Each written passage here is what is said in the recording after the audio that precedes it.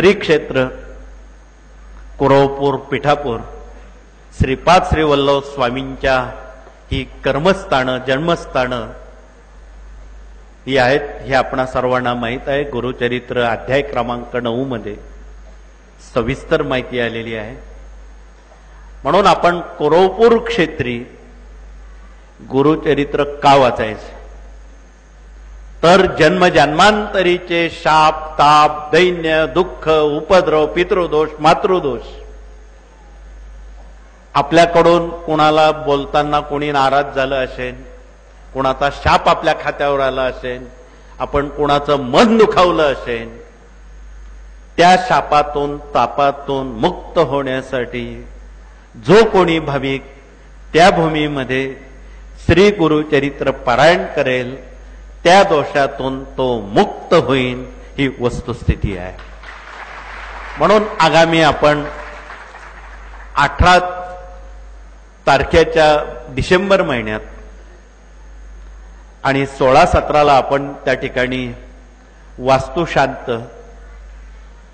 मूर्तीची स्थापना या साऱ्या बाबींचा मोठा सोहळा देशव्यापी स्तरावर करणार आहोत. म्हणून मगाशी आपणा सर्वांना आव्हान केलं, प्रत्येक केंद्रातून 100 सेवेकरी तिथे आलेच पाहिजे. त्यांचा उद्धार करणं हे आपलं काम आहे. आपला जन्म त्यासाठी आहे असं म्हणायला हरकत नाही. स्वामींनी आपला जन्म त्यासाठी दिलेला हरकत नाही. इथे आमच्या औरंगाबादहून जोशीबुवा आलेत.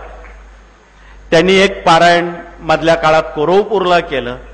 त्यांच्या पत्नीला 4थ्या स्थितीवरचा कॅन्सर झालेला होता. त्या अधिक माहिती आपणाला सांगतीलच. परंतु त्या सप्तरंगीचा दवा आणि कुरवपूरला केलेलं एक पारायण रामबाण ठरलं आणि आता अंशतः कुठलाही कॅन्सरचा मागमूस नाही असं ते सांगणार आहेत. धन्यवाद जोशी.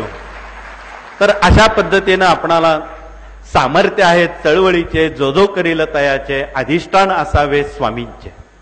म्हणून आपणाला हे स्वामींचं अधिष्ठान ते जागृत करणं, त्याबद्दल सतत इतरांना संधी देणं आणि त्या कृष्णामाईत जर आपण नुसतं स्नान केलं तरी आपण कृतकृत्य होतो अशी तिची ख्याती आहे.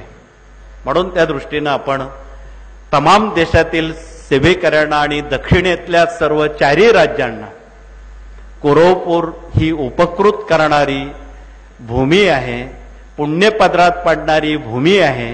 तिचा आपण यथाशक्ती लाभ घ्यावा एवढंच कळकळीचं सांगणं आहे.